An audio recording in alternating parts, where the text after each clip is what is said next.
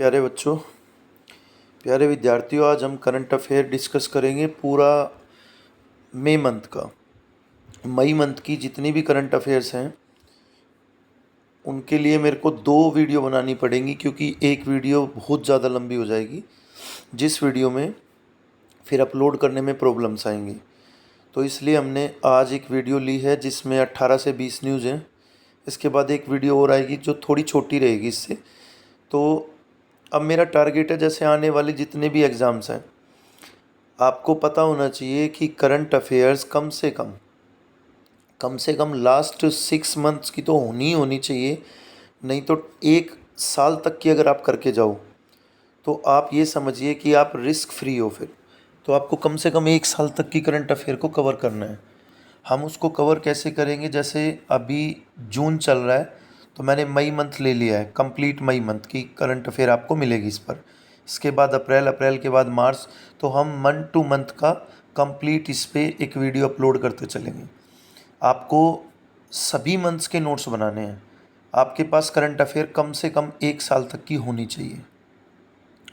उसके बाद ये मान के चलिए कि इस एग्ज़ाम में, जो भी एग्ज़ाम आप देने जा रहे हो, उस एग्ज़ाम में आपके 90% चांसेस हैं कि करंट अफेयर से क्वेश्चन आपका नहीं छूटेगा।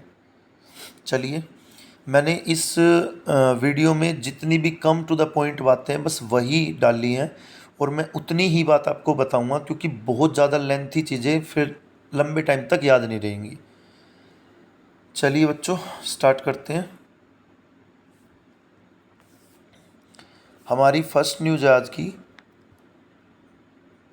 हाल ही में समाचारों में देखी गई smart super sonic missile assistant release of torpedo प्रणाली किस संगठन द्वारा विकसित की गई है? तो जो सुपरसोनिक मिसाइल लॉन्च की गई है या विकसित की गई है वो DRDO के द्वारा की गई है। देखो, हमारा करंट अफेयर से काम तो बस इतना ही चल जाता है, मतलब इतने से ही पढ़ने से चल जाता है कि हमें इतना पता होना चाहिए कि किसके द्वारा ये लॉन्च की गई है या विकसित की गई है। हमें बहुत गहराई में जाने की ज़रूरत नहीं है, लेकिन कोई कोई पॉइंट ऐसा होता है जिसे हमें अलग से हल्का सा टच कर लेना चाहिए, समझ लेना चाहिए, क्योंकि एग्ज़ाम कई बार थोड़ा सा घुमा के दे दिया जाता है। जैसे मैंने इसकी डिटेल में देखो जो बात बताई है, मैं उसके लिए बोल रहा हूँ। ये सब रक्षा अनुसंधान और विकास संगठन यानी DRDO की बात की जा रही है, ने 1 मई 2024 को डॉक्टर APJ अब्दुल कलाम द्वीप ओडिशा तट से supersonic missile assisted release of torpedo, यानी कि जो ये मिसाइल रिलीज हुई है, ये मिसाइल हुई कहाँ से अगर पूछ लिया जाए हमसे तो हम क्या कहेंगे? डॉक्टर APJ अब्दुल कलाम द्वीप से। इसको किया किसने है? DRDO ने। कब हुआ है? 1 मई 2024। अब देखिए, यहीं पे 3-4 बातें मिल गई इससे रिलेटेड, कोई भी एक बात पूछी जा सकती है।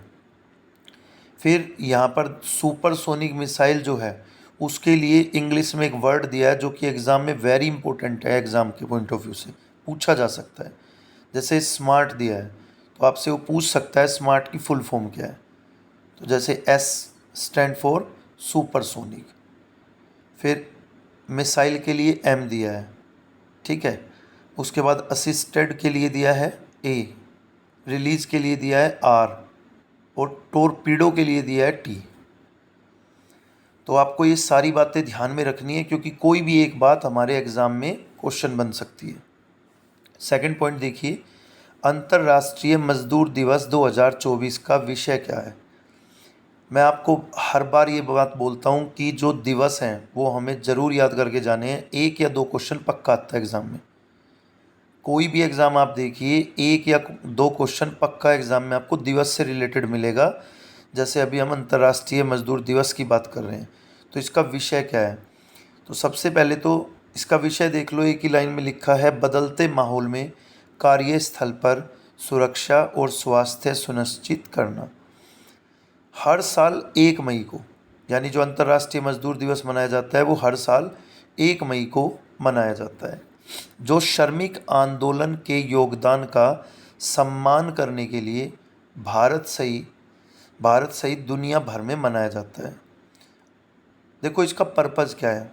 जो 8 घंटे का काम है, आपको पता होगा कि 8 घंटे की ड्यूटी होती है। जो 8 घंटे के कार्य दिवस की मांग को लेकर 1886 में शिकागो श्रमिक हड़ताल से शुरू होकर हेमार्केट घटना के बाद इसे महत्व दिया।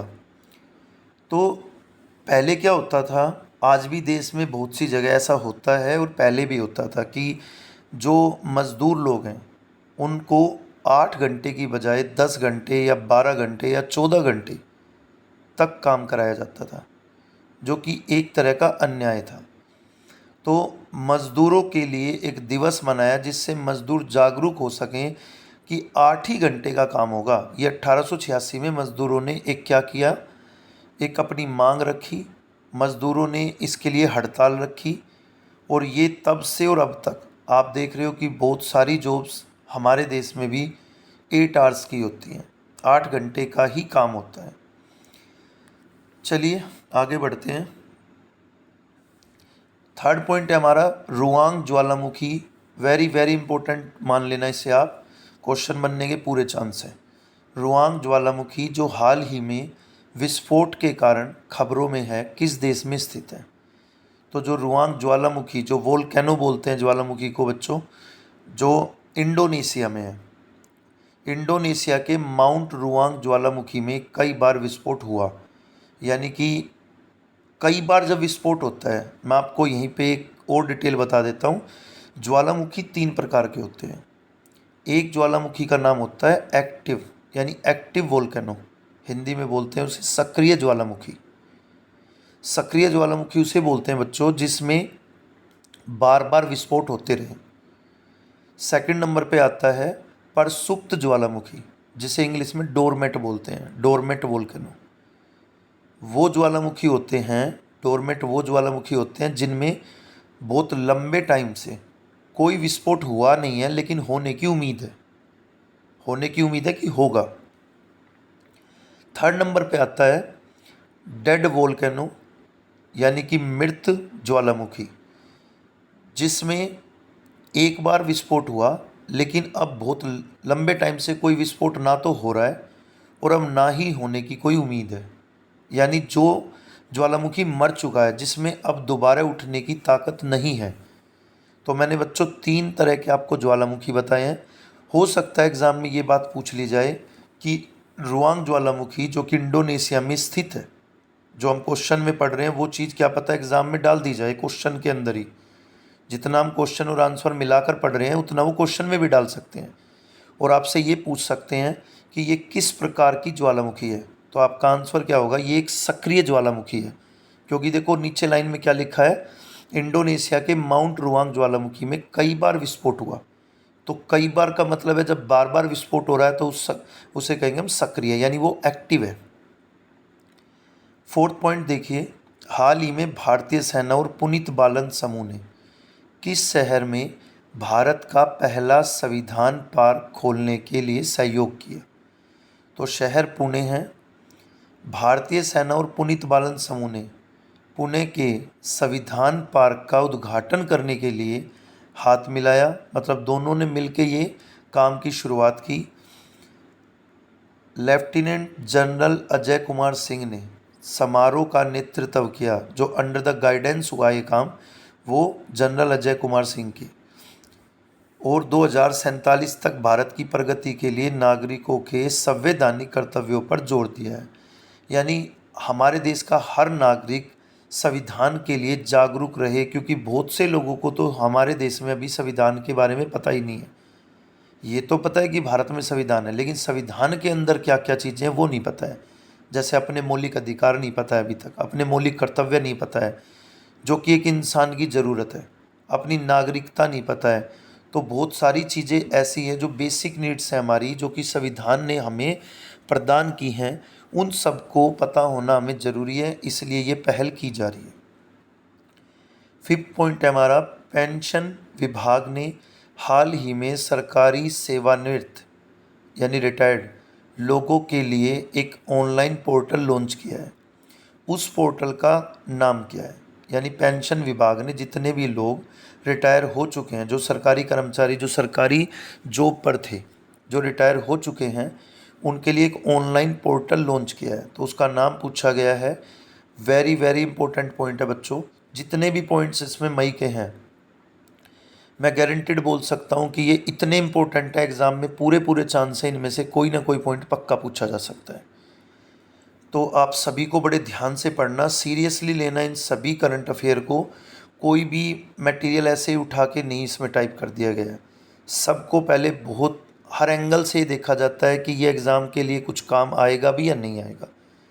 तो ये बहुत इंपॉर्टेंट रहेगा पोर्टल, जिसका नाम है भविष्य पोर्टल, जो कि जितने भी रिटायर्ड सेवानिवृत्त लोग हैं, यानी सरकारी रिटायर्ड लोग हैं, उनकी पेंशन विभाग डिपार्टमेंट ने लॉन्च किया है।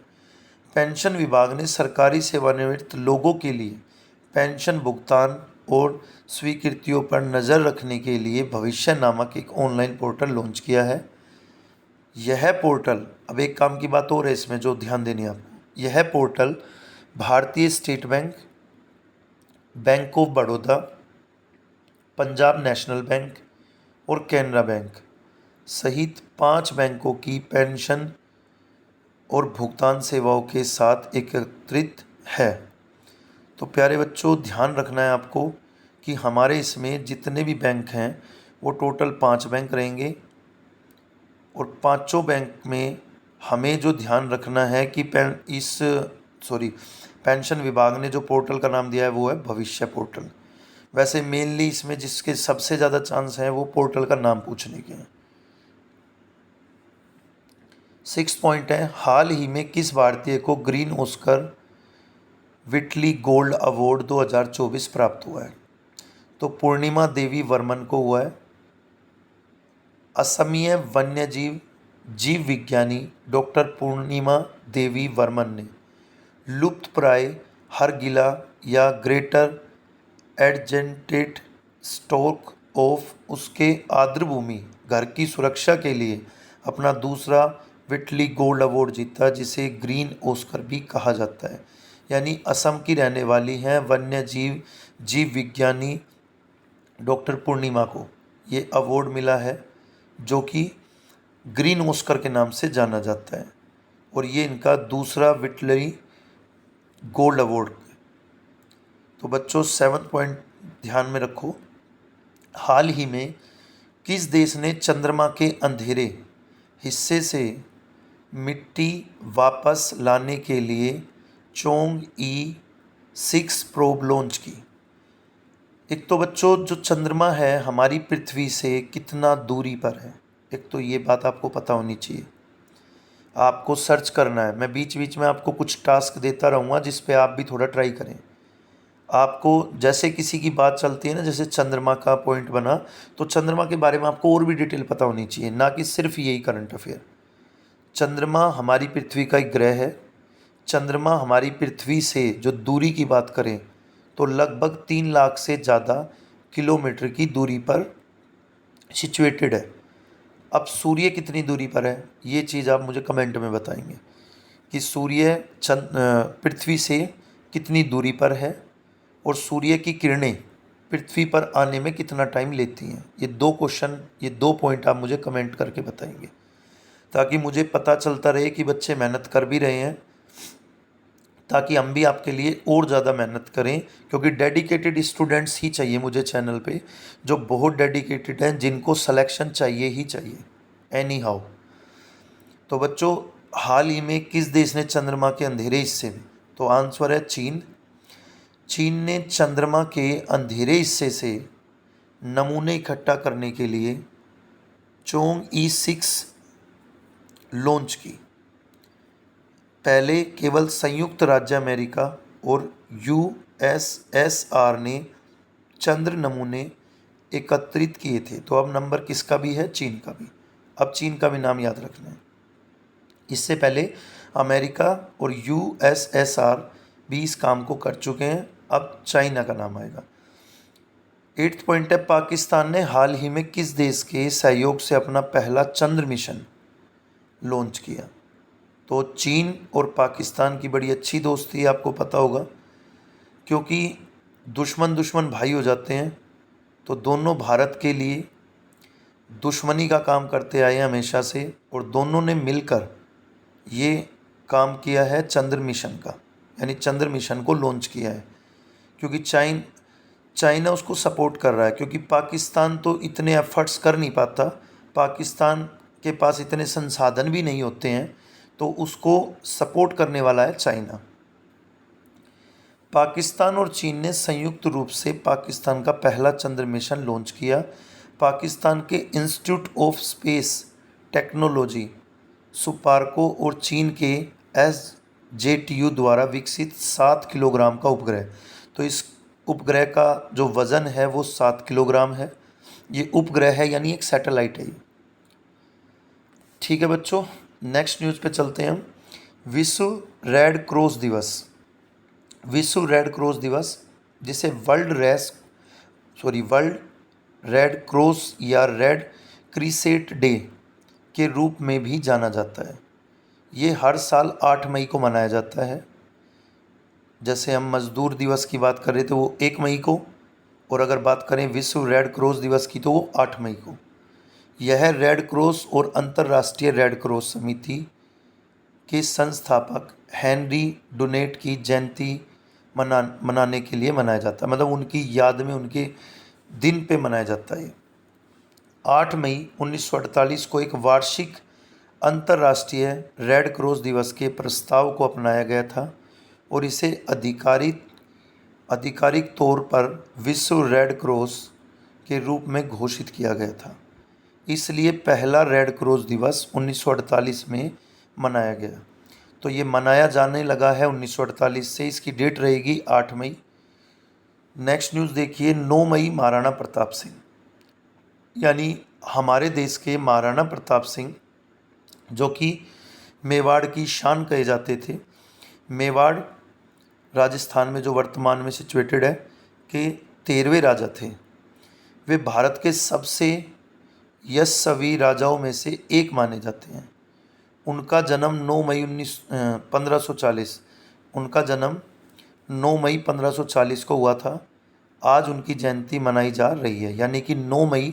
अभी तक आपको 3 दिन याद रखने हैं जो वेरी इंपॉर्टेंट है, 1 मई, 8 मई, 9 मई। राणा और मुगल। अकबर मेवाड़ के माध्यम से गुजरात के लिए एक सुरक्षित मार्ग स्थापित करना चाहता था। मेवाड़ के रास्ते से गुजरात के लिए एक सुरक्षित मार्ग चाहता था, यानी मेवाड़ राजस्थान और गुजरात में जाने के लिए एक सुरक्षित सा रास्ता चाहता था। इसलिए उसने महाराणा प्रताप सिंह को अन्य राजदूतों की तरह एक भागीदार बनाने के लिए कई दूत भेजे। राणा ने मना कर दिया, इसलिए हल्दी घाटी का युद्ध लड़ा गया। मुगल लोग क्या करते थे कि पहले किसी भी राजा को कोई ना कोई लालच देते थे। अगर वो राजा उस लालच को मान जाए, उस लालच में पड़ जाए तो ठीक है, नहीं तो फिर युद्ध के लिए चुनौती देते थे। तो इसी वजह से हल्दी घाटी का युद्ध हुआ। हल्दी घाटी का युद्ध किस किस के बीच हुआ? महाराणा प्रताप और अकबर के बीच हुआ। हल्दी घाटी के युद्ध में महाराणा को उनकी बहादुरी के लिए जाना जाता है। यह लड़ाई 18 जून 1576 को महाराणा और अकबर की सेनाओं के बीच लड़ी गई थी। राणा ने मुगल सेना के 2 लाख सैनिकों के खिलाफ 22,000 सैनिकों के साथ लड़ाई लड़ी, यानी कि 10 गुना, 9 से 10 गुना सेना के साथ लड़ाई लड़ी। उनकी अपोजिशन में जो सेना थी, उनके जो अपोजिट सेना खड़ी है वो लगभग 2 लाख के करीब है, और उनके पास केवल 22,000 सैनिक है। फिर भी उन्होंने हार नहीं मानी, उन्होंने लड़ाई लड़ी। मुगलों का नेतृत्व मान सिंह ने किया था। मान सिंह कौन है? आपको याद होना चाहिए, अकबर के 9 रतन थे। 9 रतन में जैसे बीरबल है, मान सिंह है, मुल्ला दो प्याजा है, ठीक है, इस तरह के तानसेन है, ये सभी उनके क्या थे? 9 रतन। तो 9 रतन में से एक रतन का नाम है मान सिंह। इस युद्ध में राणा की सेना परास्त हो गई, यानी राणा जी को हार का सामना करना पड़ा। लेकिन उनकी बहादुरी के लिए सैल्यूट है कि उन्होंने 22,000 सैनिकों के साथ लड़ाई लड़ी। 10वीं न्यूज़ है हमारी, हाल ही में किस राज्य ने जंगल की आग को रोकने के लिए पिरूल लाओ पैसे पाओ अभियान शुरू किया है? तो उत्तराखंड ने। उत्तराखंड सरकार के पिरूल लाओ पैसे पाओ अभियान का उद्देश्य है जंगल की आग से निपटना है।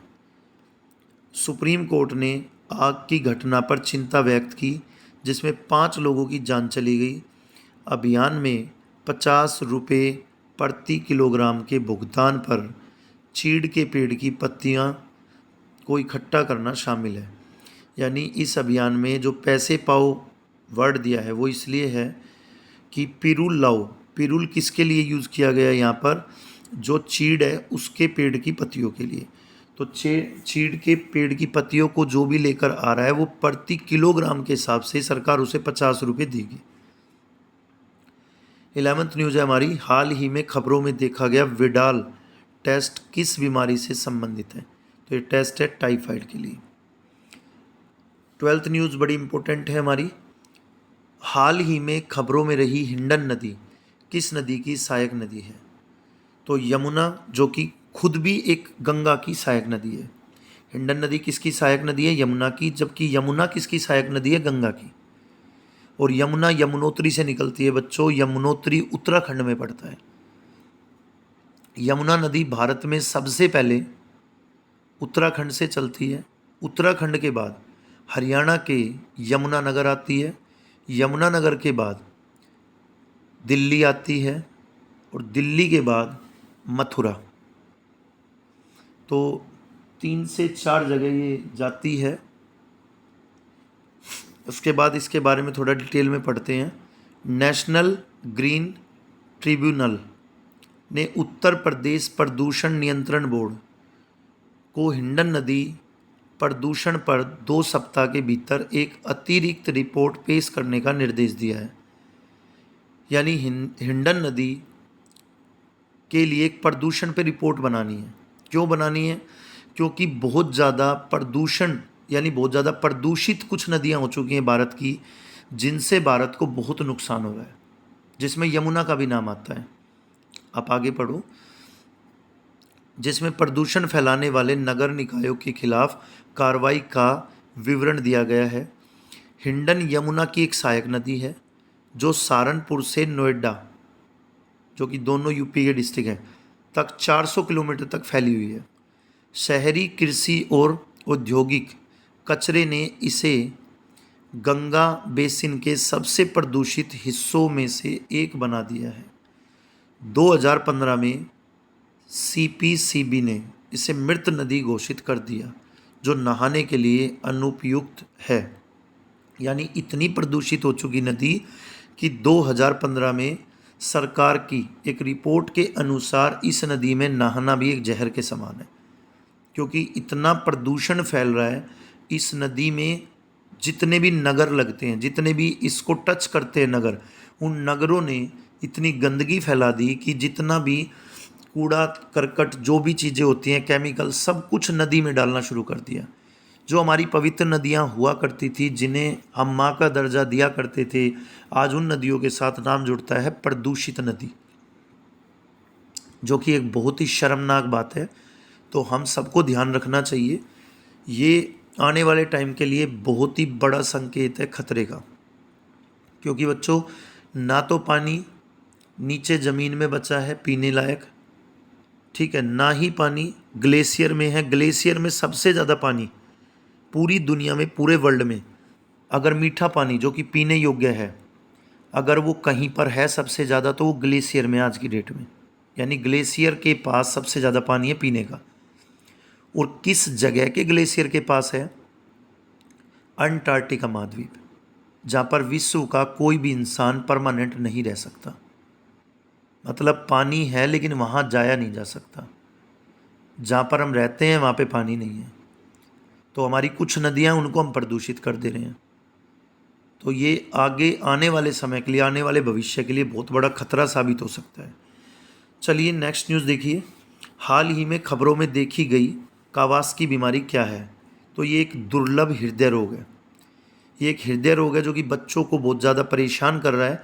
कावास्की रोग एक दुर्लभ हृदय रोग मुख्य रूप से 5 वर्ष से कम उम्र के बच्चों को प्रभावित करता है। 5 वर्ष से कम बच्चे जो हैं उनको ज़्यादा इफेक्ट करता है ये जो बीमारी है, रोग है, जिससे तेज बुखार और रक्त वाहिकाओं में सूजन हो जाती है।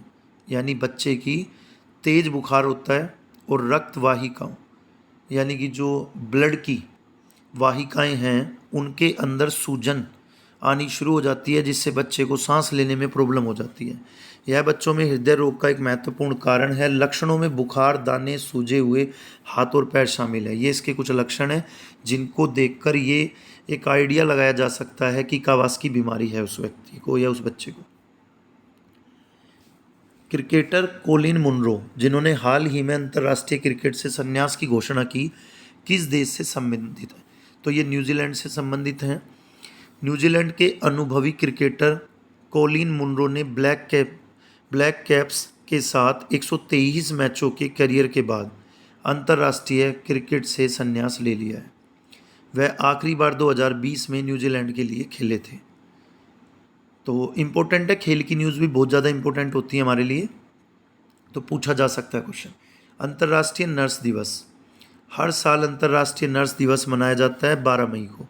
1 मई, 8 मई, 9 मई और 12 मई, 4 दिवस आ चुके हैं मई मंथ में, बहुत इंपॉर्टेंट रहेंगे बच्चों मई मंथ। फ्लोरेंस नाइटिंगेल की जयंती को अंतर्राष्ट्रीय नर्स दिवस के रूप में मनाया जाता है। नर्सों द्वारा समाज के लिए किए गए योगदान को चिन्हित करने के लिए यह दिन मनाया जाता है। यानी हर दिन का कोई महत्व है, तो नर्सों का जो योगदान है हमारे देश में, जो कि हर साल बढ़ चढ़कर कुछ ना कुछ भाग लिया जा रहा है, बहुत ज़्यादा बढ़ता जा रहा है। हमारे देश की जो लड़कियां हैं वो नर्सिस फील्ड में बहुत ही ज़्यादा आपको दिख रहा होगा कि सेवाएं कर रही हैं, बहुत ज़्यादा पार्टिसिपेट कर रही हैं। तो उनके योगदान को, जो उनकी मेहनत है, जो वो रात दिन हमारे देश के पेशेंट को, हमारे देश के युवा को, हमारे देश के बुज़ुर्गों को किसी न किसी बीमारी से जूझ रहे हैं, जो लोग उनको बचाने में मदद करती हैं, तो उनका जो ये योगदान है, उस योगदान को सैल्यूट करते हुए ये दिन मनाया जाता है, उनको प्रोत्साहित करने के लिए, उनको एनकरेज करने के लिए।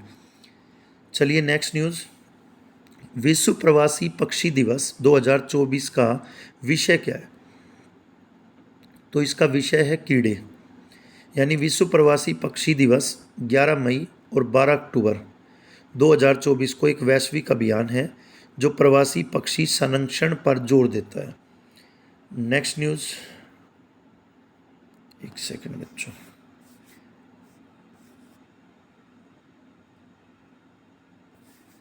हाल ही में एशियाई ट्रैम्पोलिन जिम्नास्टिक चैंपियनशिप में रजत पदक किसने जीता? रजत बताया था मैंने, रजत किसे कहते हैं हम? सिल्वर को। कांस्य किसे कहते हैं हम? ब्रोंज को। तो सिल्वर पदक की बात हो रही है यहाँ पे। सृष्टि खंडागले ने एशियाई ट्रम्पोलिन जिम्नास्टिक चैंपियनशिप में पदक जीतने वाली पहली भारतीय के रूप में इतिहास रचा है। यानी अब तक की पहली भारतीय रही हैं ये इस खेल में पदक जीतने वाली। हाल ही में संयुक्त राष्ट्र द्वारा किस दिन को विश्व फुटबॉल दिवस घोषित किया गया है? 25 मई को बच्चों। बहुत सारे दिवस आ चुके हैं आपके इस मंथ में जो वेरी वेरी इंपॉर्टेंट है। जितनी बार वेरी लगाओ उतनी बार कम है, ये समझ लो। हाल ही में memory of the world committee for Asia and the Pacific की 10वीं बैठक कहाँ आयोजित की गई? तो उलान बातर, मंगोलिया में। जो ये बैठक वहाँ पर आयोजित की गई है, उस बैठक के अंदर जो विषय रहे हैं कुछ, उन पर ध्यान दीजिए। भारत से रामचरितमानस, पंचतंत्र और सहाद्य लोकना को 2024 के लिए यूनेस्को की memory of the world Asia Pacific regional register में शामिल किया गया है। जो कि यूनेस्को की एक रिपोर्ट बनती है, यूनेस्को की एक लिस्ट बनती है, उसमें हमारे भारत से इन तीनों का नाम दिया गया है। इन तीनों को लिया जाएगा, रामचरितमानस को, पंचतंत्र को और सहाद्य लोकना को। प्रत्येक वर्ष किस दिन को अंतर्राष्ट्रीय प्रकाश दिवस के रूप में मनाया जाता है? तो 16 मई को प्रकाश दिवस के रूप में मनाया जाता है बच्चों। यूनेस्को द्वारा स्थापित अंतर्राष्ट्रीय प्रकाश दिवस समाज और प्रौद्योगिकी पर प्रकाश के प्रभाव का जश्न मनाता है। 16 मई को थियोडोर मैमन की 1960 की लेजर सफलता की स्मृति में इसका आयोजन किया जाता है। इसमें आपके काम के लिए जो सबसे इम्पोर्टेंट बात है, एक तो थीम है। 2024 की थीम पूछी जा सकती है, तो थीम क्या है? हमारे जीवन में प्रकाश। डेट पूछी जा सकती है 16 मई, किसके द्वारा स्थापित की जाती है? यूनेस्को। तो ये कुछ 3-4 पॉइंट जो हैं बहुत इंपॉर्टेंट रहेंगे। हाल ही में किस देश ने दुनिया के पहले 6G डिवाइस का अनावरण किया है? 4G सुना था, 5G चल ही रहा है, चल 4G 5G दोनों रहे हैं, अब उससे भी कुछ एडवांस यानी 6G। तो जापान ने किया है। एक जापानी कंसोर्टियम ने दुनिया के पहले high speed 6G prototype gadget का अनावरण किया, जिसने 5G को 20 गुना पीछे छोड़ दिया है। यानी अब तक हम खुश थे 5G की स्पीड से, उससे भी 20 गुना ज़्यादा स्पीड होगी। तो आप खुद ही कल्पना भी नहीं कर पाओगे कि कितनी ज़्यादा स्पीड उन्होंने स्टार्ट कर दी है 6G के अंदर। 21 पॉइंट देखिए, 21वां, हाल ही में विश्व का सबसे ऊंचा प्रतियोगिता पुल किस देश में खोला गया है? भूटान में खोला गया है। वर्ल्ड एक्वेटिक्स और भूटान एक्वेटिक्स फेडरेशन ने पुल फॉर ऑल प्रोग्राम के माध्यम से थिम्पू, जो कि भूटान की राजधानी है बच्चों, में भूटान के पहले प्रतियोगिता स्विमिंग पूल का उद्घाटन किया है। 8,200 फीट की ऊंचाई पर स्थित यह सुविधा बाय मिस्टेक हो गया टाइप, सुविधा नहीं सिर्फ दुनिया है यहाँ पर। यह दुनिया का सबसे ऊंचा स्विमिंग पूल है, यानी दुनिया में अब तक इससे ऊंचा स्विमिंग पूल नहीं था। हमने बच्चों स्विमिंग पूल जो भी आज तक आपने देखे होंगे, वो आपका जो तल है, जिस ज़मीन पर आप चल रहे हो, उससे थोड़ा डाउन ही रहता है। यानी कि जिस ज़मीन पर हम चल रहे हैं, जिस धरती पर हम चल रहे हैं, उसके बराबर होगा या उससे थोड़ा डाउन ही होगा। ये जो स्विमिंग पूल है, ये हमारी धरती से, ज़मीन से 8,200 फीट ऊंचाई पर है, जो कि दुनिया का सबसे ऊंचा स्विमिंग पूल है। तो बच्चों, उम्मीद करता हूँ आज की न्यूज़ सभी आपको समझ आ गई होंगी। तो बहुत अच्छे से इनको रिवाइज करना। अभी एक वीडियो और डलेगी इस पर, जो मई मंथ की ही होगी। मेरी उम्मीद रहती है कि मैं आपको ऑथेंटिक से ऑथेंटिक करंट अफेयर या जो भी टॉपिक अब आगे आगे अपलोड होते रहेंगे, वो सभी सिर्फ एग्ज़ाम से रिलेटेड हो। तो आप इन पे पूरा टाइम दीजिए, पूरा फोकस करिए। मल्टी रिवीजन चाहिए हमें, ना कि सिंगल रिवीजन चाहिए। और वैकेंसीज़ इतनी आ चुकी हैं, अगर आप डिसिप्लिन होकर, डेडिकेशन के साथ, मोटिवेशन के साथ पढ़ाई करते रहे, तो एक पोस्ट पक्का आपकी है। और उसको लेने में बहुत ज़्यादा एफर्ट्स की ज़रूरत नहीं है, बहुत ज़्यादा चिंता की ज़रूरत नहीं है, सिर्फ रेगुलर होने की ज़रूरत है। आप किसी भी चीज़ को रूटीन में करिए, वो रूटीन में होना आपको आम आदमी से खास आदमी खुद बना देगा। अलग से बहुत ज़्यादा हमें पहाड़ नहीं तोड़ने हैं, सिर्फ रेगुलर रहना है। अगर आप रेगुलर रहेंगे तो समझ लीजिए आप डेली कम से कम 100 बच्चों को, 200 बच्चों को अपने से पीछे करते जा रहे हैं। और एक दिन ऐसा टाइम आएगा कि कुछ चंद लोगों में, कुछ चंद स्टूडेंट्स में आपका नाम आएगा। तो आपको पूरा ध्यान रखना है कि मुझे कोई भी दिन खाली नहीं जाने देना है, हर दिन कुछ ना कुछ नया सीखना है। अभी आपने हाल में देखा होगा, CGL का नोटिफिकेशन आ चुका है। 17,000 प्लस पोस्ट हैं, मान के चलिए 18,000 के आसपास पोस्ट आ चुकी हैं CGL में, जो कि एक बहुत बड़ी भर्ती है। आप पिछले 2-3 साल, 4 साल की वैकेंसी को देखना नेट पे, जो CGL की हो, उसमें आपको खुद फील होगा कि इतनी बड़ी भर्ती नहीं आई। तो वैकेंसी बहुत ज़्यादा है। जो बच्चे ये बोलते हैं, जो बच्चे हमेशा से एक नेगेटिव बात करते हैं कि वैकेंसीज़ नहीं है, सरकार भर्तियां नहीं निकाल रही, सरकार अपना काम कर रही है। अब आपको अपना काम करके दिखाना है। सरकार ने इतना अच्छा काम कर दिया है कि 17,000 प्लस पोस्ट दिए हैं, जो कि बहुत बड़ी भर्ती है। अगर आप इसको बात को समझ गए ना कि ये बहुत बड़ी भर्ती है, आपके लिए कोई 10 लाख वैकेंसी नहीं आएंगी कि 10 लाख CGL वैकेंसी निकालेगा। बहुत बड़ी भर्ती मानी जाती है, 10,000 से ऊपर पद आ रहे हैं तो, बल्कि मैं तो ये कहूँगा कि 4,000 से भी ऊपर पोस्ट आ रही है तो बड़ी भर्ती में काउंट होती है। अभी CGL का नोटिफिकेशन आया ही था, साथ साथ अभी MTS का नोटिफिकेशन भी आप देखेंगे, उसमें भी 8,000 समथिंग वैकेंसी है। तो वैकेंसीज बच्चे बहुत सारी हैं, आपको रूटीन में पढ़ाई करनी है। आप इस बात को बिल्कुल लिख लें, आप अपने रजिस्टर के फर्स्ट पेज पे अपने टारगेट को लिख लें कि अगर आप साथ साथ चलते रहें, आप हमारे साथ चलते रहें और खुद का कॉन्फिडेंस ना टूटने दें, बस किसी की बात ना सुने, सिर्फ खुद के मन की बात सुने और खुद की तैयारी पे ध्यान दें।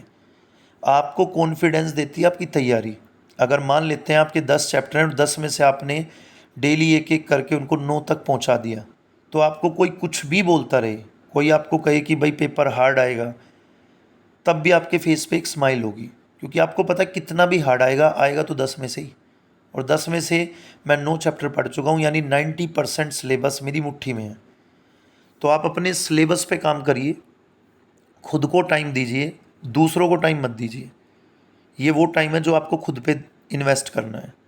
अभी आपको खुद पे इन्वेस्ट करना है ये समय पूरा, ताकि आने वाले टाइम में, आने वाले 5 महीने, 4 महीने या इसी साल के अंदर आपके पास एक वो पोस्ट हो जिसको लेने के बाद आपको 60 ईयर्स तक दोबारा सोचना ही ना पड़े। ठीक है, तो एक बार पूरी जान लगा दो। और डेली की कोशिश रहती है मेरी कुछ ना कुछ मटेरियल में डालूं। अब ये चैनल एक्टिव हो चुका है, आप देख ही रहे होंगे कि मैं कोई भी दिन शायद ही ऐसा होगा जिस दिन मैं वीडियो अपलोड ना करूं। कोई अनएक्सपेक्टेड सी प्रॉब्लम हो जाती है तब की तो मैं बोल नहीं सकता, नहीं तो मेरी कोशिश रहती है कि एक वीडियो डेली अपलोड हो। और नेक्स्ट वीक से आप चैनल पे पूरा ध्यान फोकस रखिए, जो चीज़ें दी जा रही हैं वो उनको पढ़ते रहिए। नेक्स्ट वीक से आपको फील होगा कि इस चैनल को मैं इतना एक्टिव कर दूंगा कि आपको लगेगा सिर्फ इस चैनल को भी अगर हम डेली रीड करें, डेली सुने, तो भी हमारी तैयारी में बहुत ज़्यादा एक इम्प्रूवमेंट दिखाई दे रहा है। क्योंकि बहुत कुछ और अपलोड होने वाला है, और एक दिन में एक नहीं 2 वीडियो या 4 वीडियो भी हो सकती हैं जो अपलोड होंगी। तो बच्चों, मैं अपनी तरफ से कमी नहीं छोड़ने वाला हूँ, मैं अपनी तरफ से अपना पूरा बेस्ट दूंगा, मैं अपना 100 दूंगा, आप अपना 100 दो, तैयारी चरम सीमा पे जाएगी। और मैं अपना 100 दूंगा, ये बात मैं तब बोल रहा हूँ, 2 तरह की कंडीशंस होती हैं। एक तो अगर मैंने तैयारी पहली बार शुरू की हो कि भाई मैं तैयारी पहली बार करा रहा हूँ बच्चों को, मुझे इस तैयारी को कराते कराते 10 साल से ज़्यादा का अनुभव हो चुका है। हमारे पता नहीं कितने स्टूडेंट्स डिपार्टमेंट में कहीं ना कहीं सेलेक्ट हैं और अच्छे अच्छे पद पर हैं।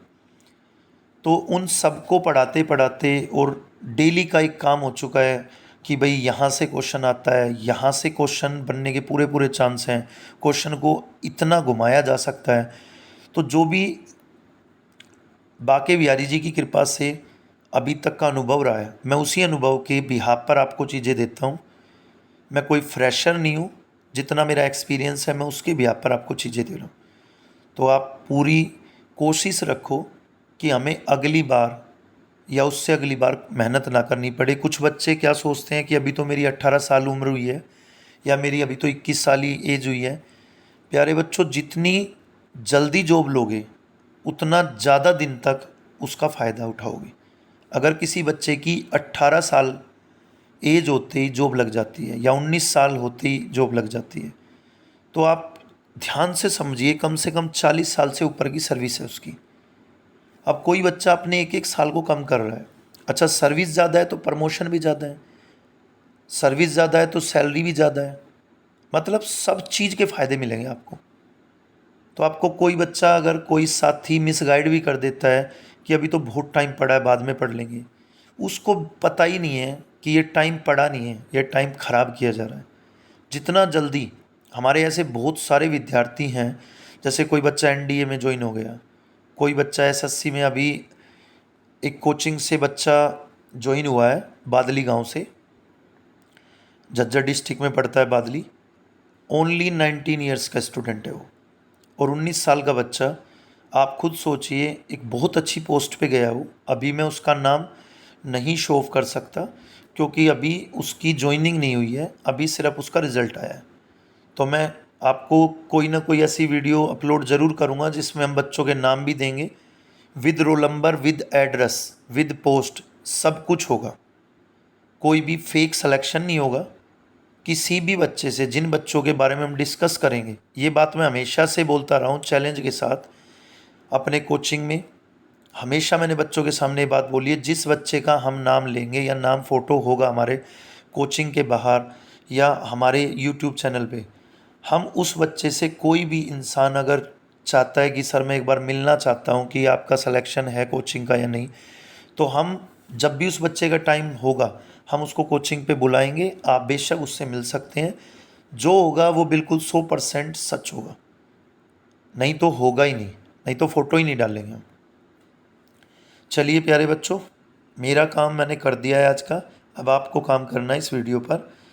और मल्टी रिवीजन वर्ड याद रखिए, अगर आपने मल्टी रिवीजन की तो ये चीज़ें आपको ईजिली याद हो जाएंगी।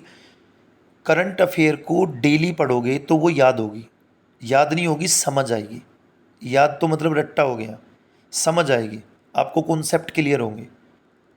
तो आपने जैसे आज इसको पढ़ना है, एक बार समझ लिया, दो बार समझ लिया, एक दो बार समझने से, एक दो बार वीडियो को देखने से आपको वो चीज़ें वैसे ही टिप्स पे याद हो जाएंगी। और फिर किसी भी साथी को आप उस चीज़ को बता दें, सुना दें।